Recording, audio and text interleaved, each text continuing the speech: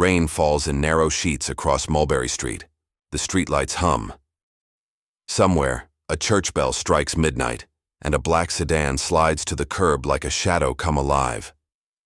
Inside, 3 men sit in silence. Their hands rest on their knees. Not a word is spoken. The city never sleeps, but tonight even New York feels like it's holding its breath. In the back seat sits Tony Castellito, 42, a soldier in the old-school tradition. Quiet, loyal, the kind of man who kept his mouth shut and his eyes open. For 20 years, Castellito served the family, first under Frank Funzi Thierry, later under the newer generation who called themselves businessmen.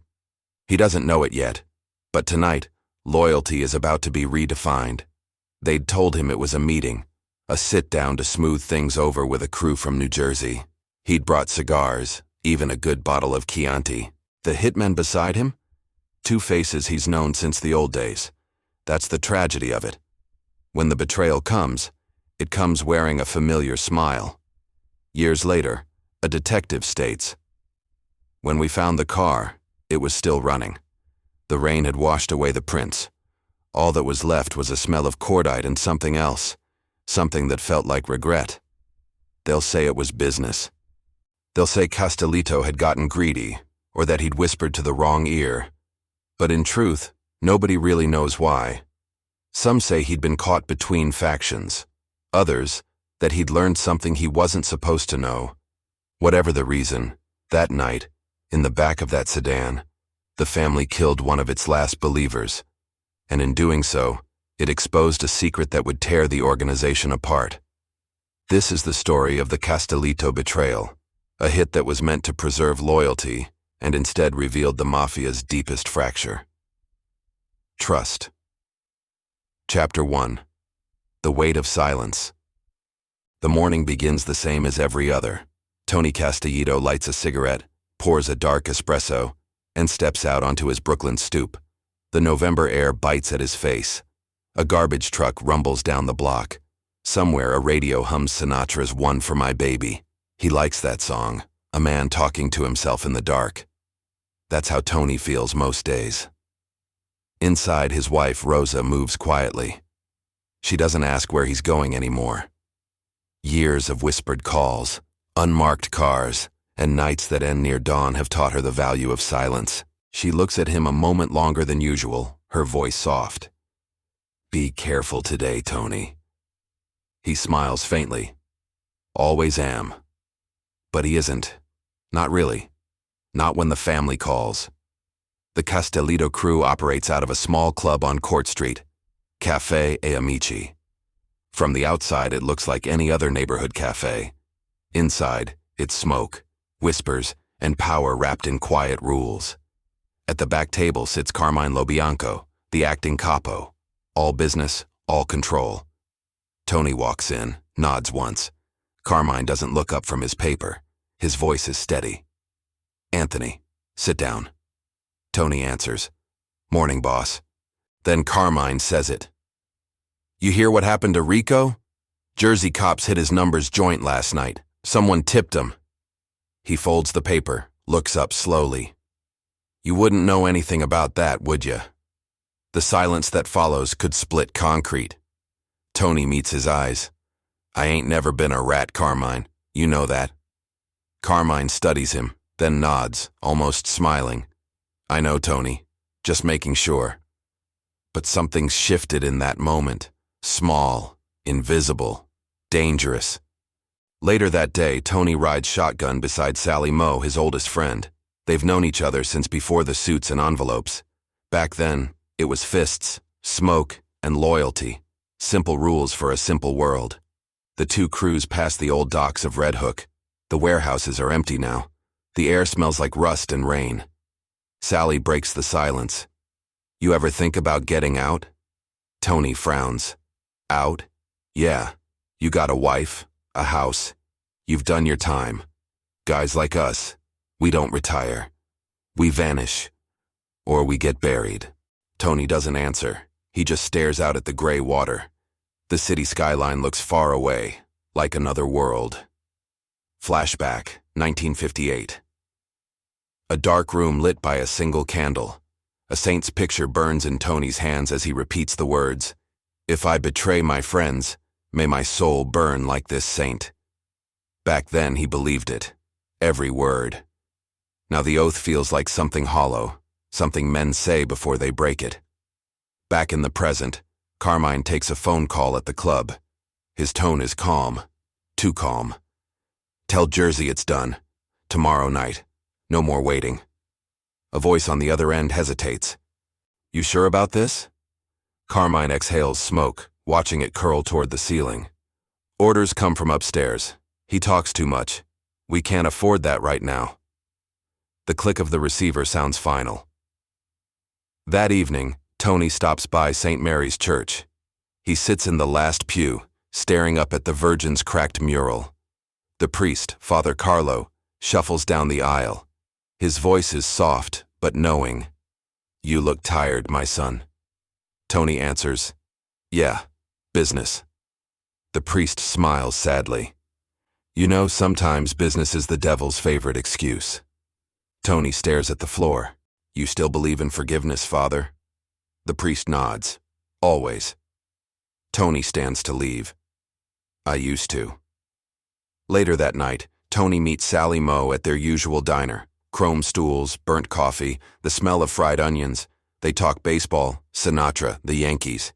Just noise to fill the space between what's really on their minds. When they step outside, Sally lights a cigarette. His hand trembles slightly. Tony notices. "You okay?" Sally forces a laugh. "Yeah, just tired." But inside, guilt is already chewing through him. The hit's been ordered. He knows it. And he's been chosen to make sure Tony shows up. He tells himself it's just business, but he can already feel the blood on his hands. Tony drives home alone. The rain's coming down harder now.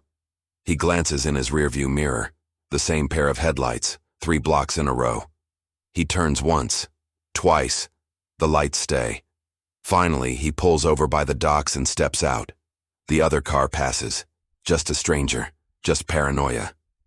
He breathes out, long and slow. The wind tastes like salt and iron. He mutters to himself, "Maybe Sally's right. Maybe it's time." But deep down, he knows. There's no out. Not for men like him. The family doesn't let you walk away.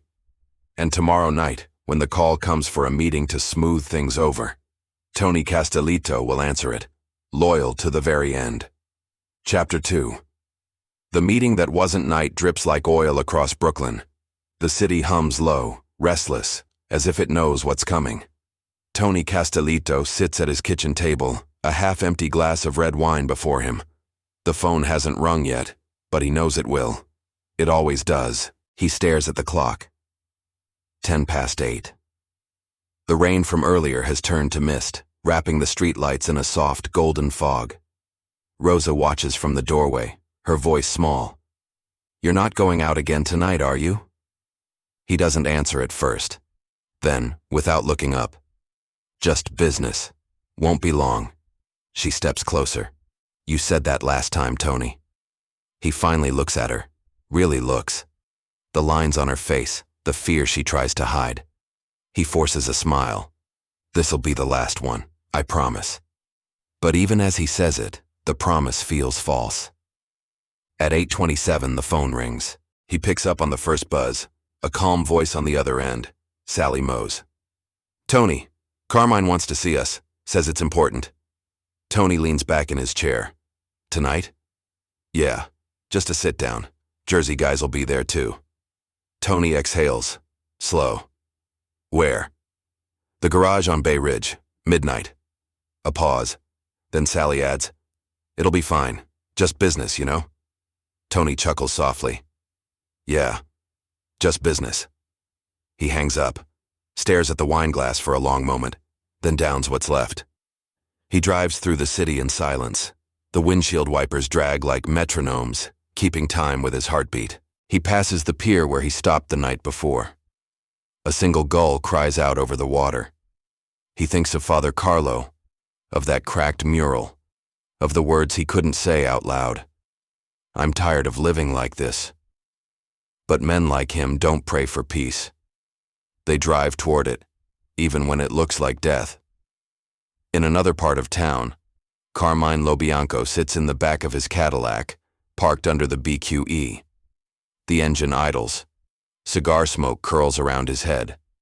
Beside him, a young soldier, Joey Petrucci, barely 25, eager, nervous. He's never done a hit before. Carmine's voice is calm. You remember the plan? Joey nods. Yes, sir. Good.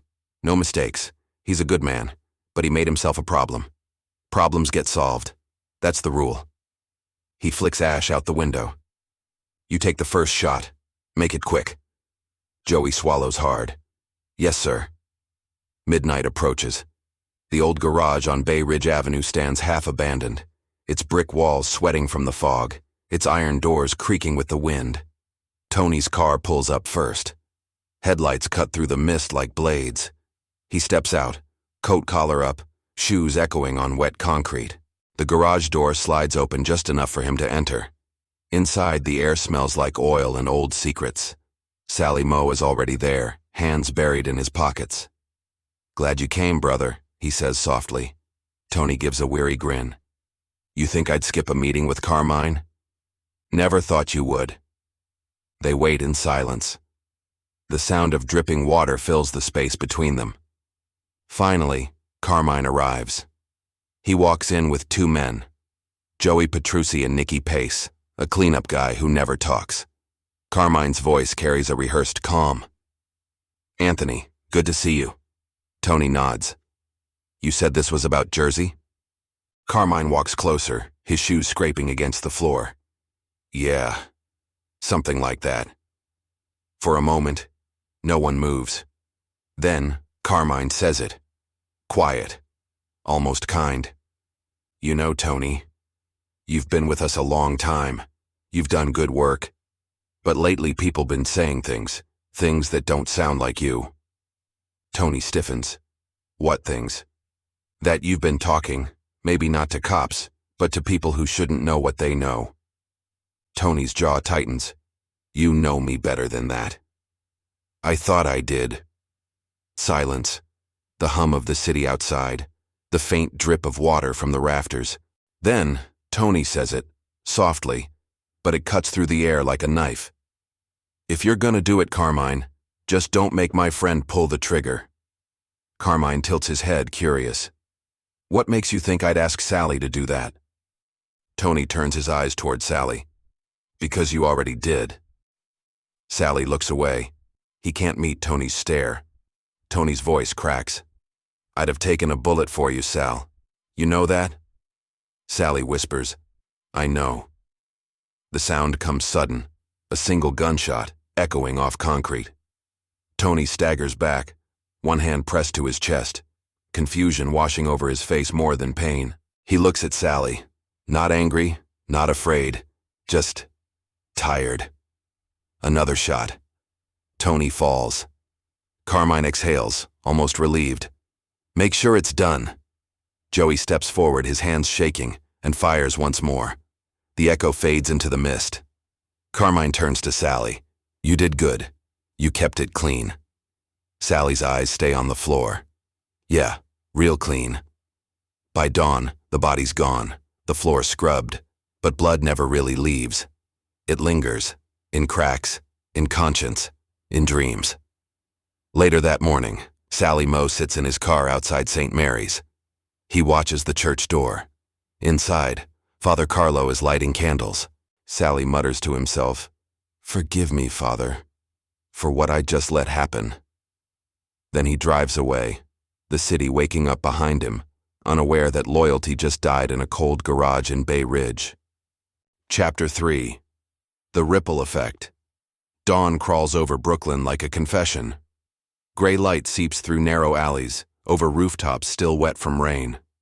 The city yawns, unaware that somewhere in its shadows, a man has been erased.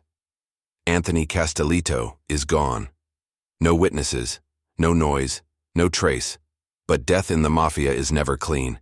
It spreads, quiet, invisible, until it reaches every man who touched it. By noon, whispers start.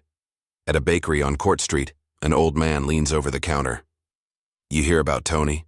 he mutters. The clerk pretends not to, but his hands tremble as he ties a paper bag. In the Bronx, a soldier from the Jersey crew lights a cigarette and says under his breath, "They say he ran off, took money, maybe he flipped." But the ones who really knew Tony, they don't believe that. They just stay quiet, because asking questions in this life is the fastest way to join the missing. At the social club, Carmine LoBianco acts like nothing happened. He sits at his table, coffee in hand, smiling for the regulars. But inside, something's changed. Every time the door opens, he glances up. Every sound feels heavier, because Carmine knows the truth. And he knows that the higher-ups who ordered it might not stop with Tony. Sally Moe hasn't slept. It's been 20 hours since the garage. His clothes still smell like oil and gunpowder. He sits in his car, parked outside his apartment, staring at his own hands. They're steady now. That scares him more than the shaking did. He whispers, "You did what you had to." But the words ring hollow. Flashback. The moment after the final shot. Tony's body on the cold floor, his eyes still open. Sally standing there, frozen, the pistol heavy in his grip. Carmine's voice echoes in his head. "You did good. You kept it clean." But he didn't feel clean. He felt empty. At noon, he meets Carmine for lunch at Rocco's on Dean Street, the same booth they've sat in for years, same checkered tablecloth, same lies between friends. Carmine raises his espresso. "To loyalty." Sally stares at the cup. "To loyalty," he repeats, but the words taste like blood. Carmine leans forward. His tone is low, careful. "You did right, Sal. You followed orders. That's what keeps us alive in this thing. Don't start thinking too much about it." Sally forces a laugh. "Thinking's what got Tony killed, huh?" Carmine's eyes narrow. "Exactly." The silence that follows says more than words ever could. Across town, Detective Vincent Morello, one of the last cops still chasing the old Mafia, stands over a photograph on his desk. It's the mugshot of Tony Castellito. He taps a cigarette against the corner of the photo, muttering, "I told him he'd end up like this." His partner looks over. "We don't even have a body, Vin." Morello shakes his head. "We don't need one. He's gone." And when they dump a guy that loyal, it means something's breaking inside. That afternoon, Father Carlo receives an envelope slid under the church door. Inside is a stack of cash and a small piece of paper with one sentence. "For the poor, from a sinner." He knows who it's from. He's heard the confessions that never made it into the booth. He lights a candle, whispering, "God have mercy on their souls." By evening, Carmine gets a call from uptown, from men he answers to. The voice on the other end is calm, but cold. "Is it done?" "Yeah, clean. No heat." "Good. But we heard something. Somebody's asking around. Someone close to Tony." Carmine's jaw tightens. "Who?" Pause. "Your guy, Sally Moe." Carmine's silence stretches. Then he says, "I'll handle it." Later that night, Sally drives alone, the streets slick with rain. Every headlight behind him feels like a threat. Every sound in the dark feels like footsteps. He turns down an empty block and parks under a flickering streetlight. Pulls out a photo from his pocket. Him and Tony, young, smiling, arms around each other after a wedding job years ago. He stares at it for a long time. Then softly, "You were right, brother. There's no way out." He folds the picture and slides it into his jacket.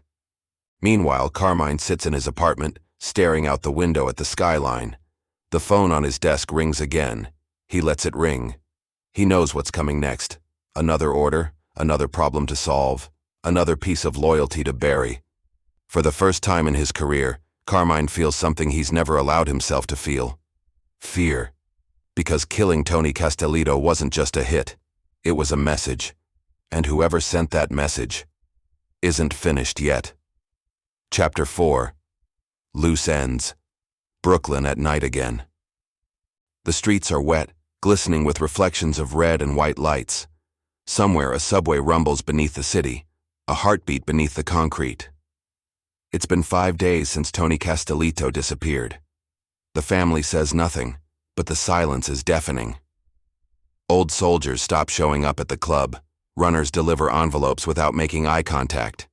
And the cops, they're watching again. In the underworld, fear spreads faster than truth. Sally Moe sits alone in his kitchen, half a bottle of whiskey in front of him. The blinds are closed, the radio low. He's been jumping at shadows for days. Every car door, every phone ring. He hasn't shaved. His hands shake when he lights another cigarette. He mutters to himself, "You did what they told you. You followed orders. That's all."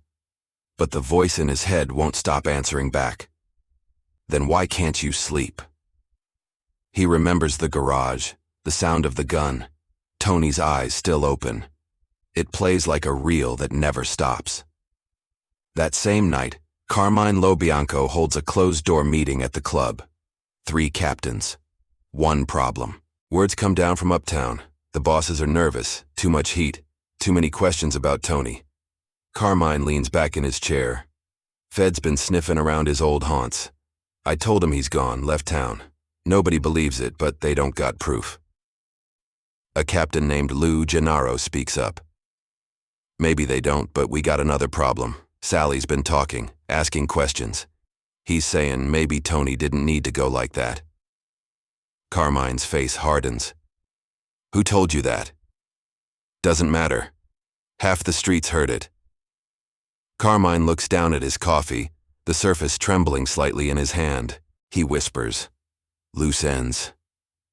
And just like that, another death sentence gets signed without ink.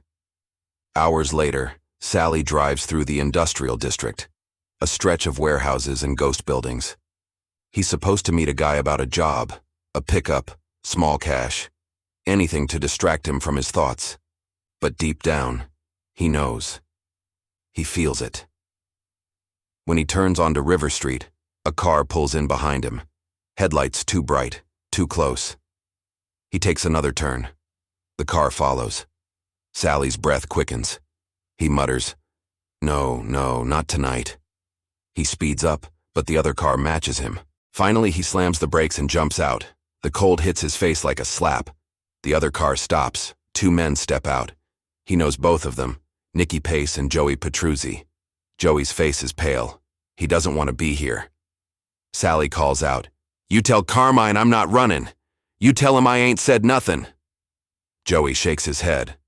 "Orders, Sal. It ain't personal." Sally laughs bitterly. "Yeah, that's what we all say, huh? Not personal." He takes a step forward. "You remember what Tony said before he died? He said the same thing. Don't make my friend pull the trigger." Joey lowers his gun. He can't do it. Nicky grabs the weapon from him and fires once. The sound echoes through the warehouses. Sally falls against the car, blood blooming across his shirt. He slides to the ground, gasping, the rain washing over him. He looks up at Joey, eyes wide, voice a whisper. "You think this ends with me? You think Carmine's safe?" Then his head falls forward, and it's over. Nicky turns to Joey. "We gotta go." But Joey just stands there, staring at the body. He whispers, "He was right, you know. Nicky doesn't answer. He just drives off, leaving Joey in the dark with his thoughts, and the sound of sirens in the distance. By morning, the news hits the street. Sally Moe found dead in his car. The official story, robbery gone wrong. But everyone who matters knows better. Carmine sits in his office when he hears. He doesn't flinch, doesn't even blink. He just says, "Take care of the funeral arrangements. Make it look right." Then, when he's alone, he leans back in his chair and mutters, "One less problem." But the truth is, Carmine's not free. The more men he buries, the louder the ghosts get. That night he dreams of Tony. They're sitting in the old club laughing over cards, the air thick with smoke. Tony leans forward and says, "You think you're in control, Carmine? You think you can bury guilt?" Carmine says nothing. Tony grins, the kind of grin that used to come before trouble. You can't kill loyalty, Carmine. You can only betray it. Carmine jolts awake, sweating, breathing hard. He gets up, pours a drink, and stares out the window at the city. The skyline looks smaller tonight, like it's watching him. He whispers to no one. What the hell are we becoming? Outside, the streets keep moving, deals get made, money changes hands. But the Castellito hit has started something the bosses can't stop. Paranoia is spreading. Crews whisper. Allies turn cautious. The family is cracking, slowly, quietly, from the inside. And everyone knows. The next bullet might be for them. Chapter 5. The Ghost of Castellito, Brooklyn, a month later. The neighborhood looks the same, but the air feels heavier. Something's changed. They say the dead don't talk. But in this world, sometimes they whisper. And lately, everyone's been whispering the same name. Tony Castellito. Rumors start small. A bartender in Red Hook swears he saw Tony buying cigarettes 2 nights ago. A dock worker says Tony came looking for work. Quiet, different, but alive. Most guys laugh it off. Others don't. Because the truth is, no one ever saw the body. Not really. At Carmine LoBianco's club, tension hangs in the air like cigarette smoke. 3 captains sit around the table avoiding each other's eyes. Finally, Lou Gennaro breaks the silence. You hear what they're saying? About Tony? Carmine looks up slowly. I heard a lot of things, most of them from idiots. Lou doesn't blink. Idiots don't make the street go quiet. This ain't just talk. Someone's seen him. Carmine leans forward. His voice is calm, but cold. You believe in ghosts, Lou? Lou shrugs. I believe in mistakes. Maybe we made one. That night, Carmine drives alone. He doesn't tell his driver where to go. He just keeps moving, through the back streets, under bridges, past the places he and Tony once ran together. Every corner reminds him of something he can't undo. He pulls over near the East River and steps out. The wind is sharp, cold. In the distance, the city hums like a machine that never sleeps. He lights a cigarette, staring into the dark water. His reflection wavers, but beside it. For a split second, he thinks he sees another face. Tony's. He blinks. It's gone. A week later, a letter shows up at the club. No return address. No handwriting anyone recognizes. Inside, a single playing card. The ace of spades, and on the back, in red ink, you buried the wrong man. Carmine's hands tremble for the first time in years. He calls for Nicky Pace and Joey Petruzzi, the 2 men who handled Tony's hit. They show up within the hour. Carmine slams the card on the table. Explain this. Joey stares at it, pale as chalk. Nicky stays quiet. Finally, Carmine says, I'm only gonna ask once. Did you see the body? Nicky looks away. It was dark. It was quick. You said don't linger. Carmine's voice rises. I said make sure he was gone. Silence. Then Joey speaks, voice shaking. We dumped the car in the river. But the current was bad. Maybe it... Carmine cuts him off. Maybe it what? Floated away? You think a man like Tony just swims out and writes me love letters? No one answers. Later that night, Joey can't shake the feeling he's being watched. He walks home fast, turning corners, checking behind him. Every sound makes him flinch. When he gets to his apartment, the door's already open. Inside, the lights are off. The air feels colder than it should. On the kitchen table, another playing card. This one's the King of Hearts. No note, just the card, soaked in water. Joey backs away, shaking. He calls Nicky. Nicky, he's alive. Nicky sighs on the other end. Don't start that. Joey's voice cracks.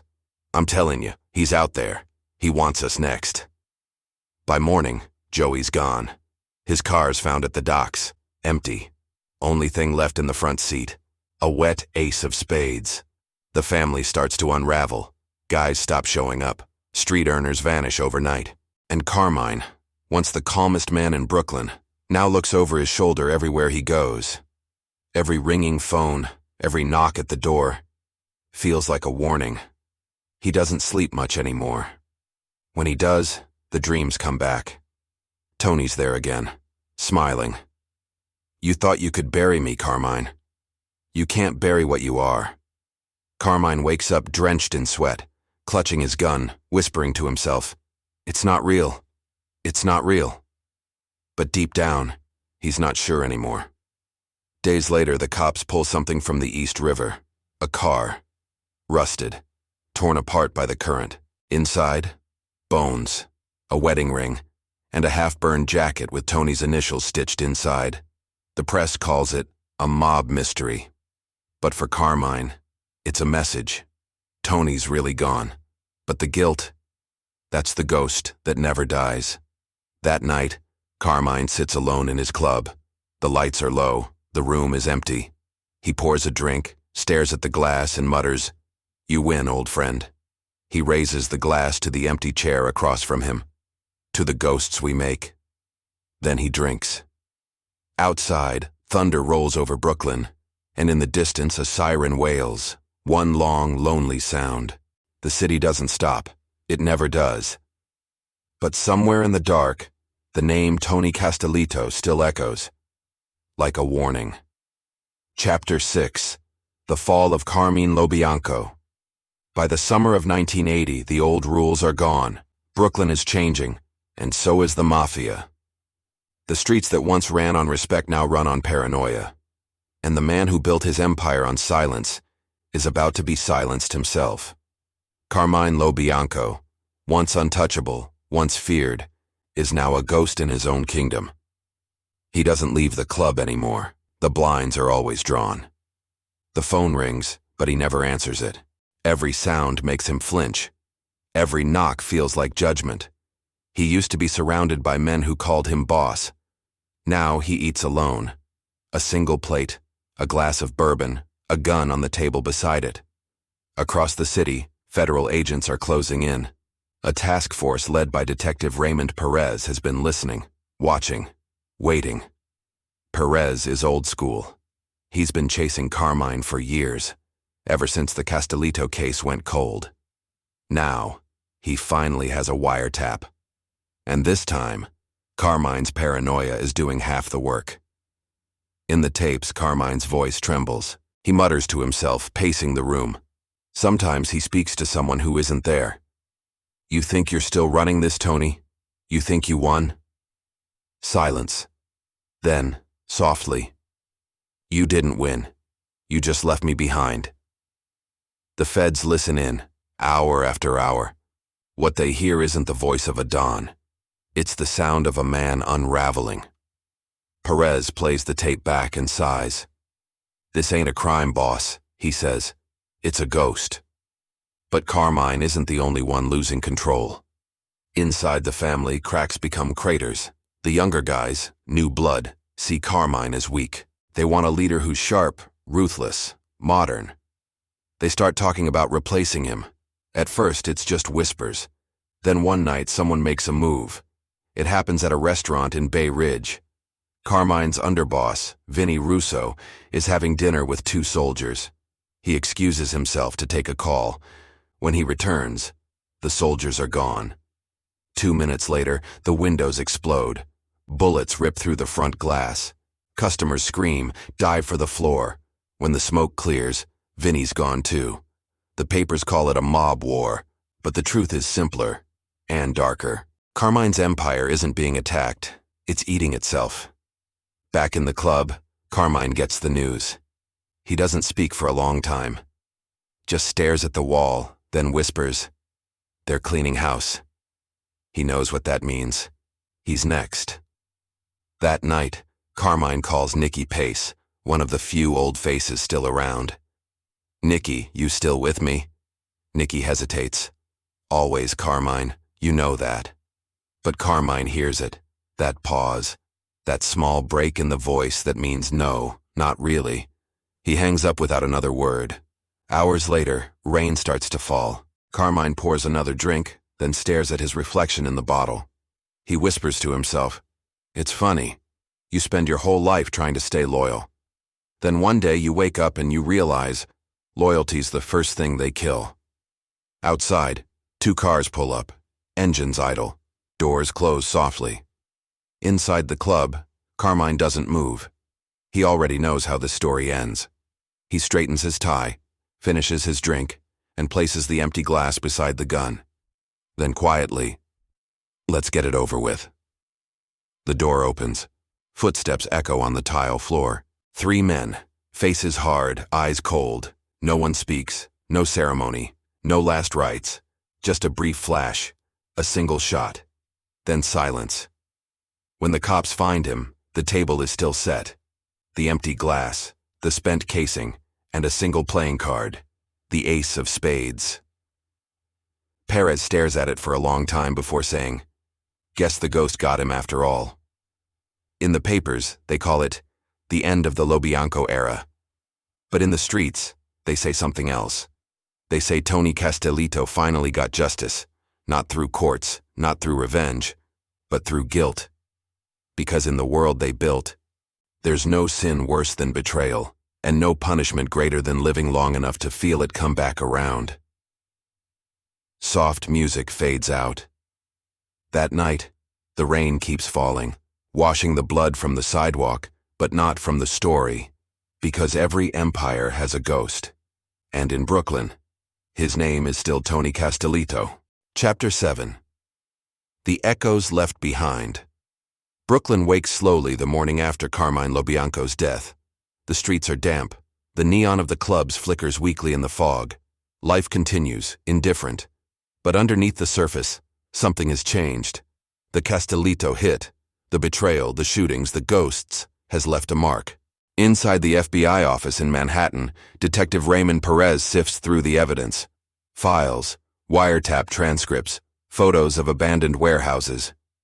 He leans back in his chair and murmurs, "We've been chasing ghosts.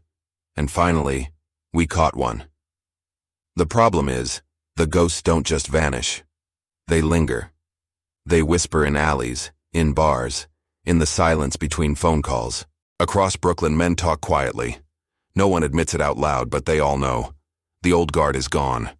The ones who ran things with rules, with code, are dead, vanished, or in hiding.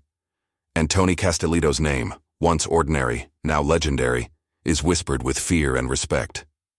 "You remember Tony?" a young soldier asks. "Yeah," another replies. "He'd have cut your throat if he thought you'd betray him. And still, you can't forget him." Stories spread, how he stayed loyal, how he walked into the trap, and how even in death, he changed the streets. At the docks, a worker paints a new shipment number on a container. He glances up, sees a shadow by the pier. He swears he sees a man, tall, quiet, watching. Then the figure disappears. "Must have been my imagination," he mutters. But no one is fooled. Not anymore. Meanwhile, the remnants of Carmine's crew scramble.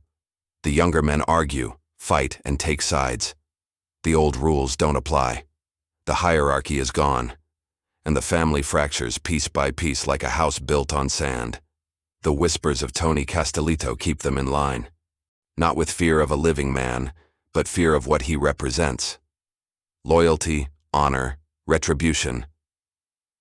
Detective Perez meets with federal prosecutors in a quiet office. Carmine LoBianco's gone. Nicky Pace, Joey Petruzzi, all small players now. The family's fragmented. But Tony Castellito, he's untouchable. Even in death, he's untouchable. The prosecutor leans back. "You mean as a symbol?" Perez nods. "Exactly. Every man in that world knows what happened, and they're terrified it could happen to them. Even the newspapers can't resist the story. Headlines call it mob mystery in Brooklyn. Some paint it as justice, some as tragedy. But for the men who lived it, the real story is quieter, darker, and much older. Betrayal comes from the inside, and loyalty is the only weapon that never dies." Years later, a new generation walks the streets Tony once patrolled. They hear the name whispered. They see the stories in the older men's eyes. "Castellito," they say. "He wouldn't break. He wouldn't bend. He paid for it, But he's still alive, in every story, every warning, every fear. Tony Castellito becomes a legend, a cautionary tale, a ghost haunting the very men who thought they could erase him. And somewhere, in the shadows of Brooklyn, that echo still moves. Not a man, not a body, but a reminder. Betrayal leaves scars, and loyalty leaves ghosts. Epilogue: Shadows that remain. Brooklyn sleeps under a haze of streetlights and fog. The city looks the same, but nothing is the same. The Castellito hit, the betrayal, the ghosts, the fall of Carmine LoBianco has left a mark that time cannot erase. Men still whisper Tony Castellito's name, not as a warning of violence, but as a lesson. Loyalty is rare, and betrayal is the price that haunts you forever. The streets are quiet. The clubs, the docks, the alleys where deals were made and lives were taken, they hum with memory. Every corner, every shadow, every face carries echoes of what happened. And the men who survived, the ones who rebuilt, reshaped, and survived the chaos, they know the truth. The Mafia doesn't just kill, it teaches, and it leaves ghosts. Tony Castellito was more than a man. He was a symbol. A reminder that even in a world built on violence, some lines cannot be crossed. Carmine LoBianco thought he could control it all. He thought loyalty could be bought, fear could replace respect. But in the end, he learned that ghosts are never gone. And so, Brooklyn keeps moving. The river flows. The streets fill with life. But somewhere, in the fog, in the whispers, in the stories passed down by those who survived, Tony Castellito still walks, not in body, not in presence, but in every lesson, every memory, every shadow left behind. Because in the underworld, legends never die, they linger, and they remind us all that betrayal, once sown, never truly fades.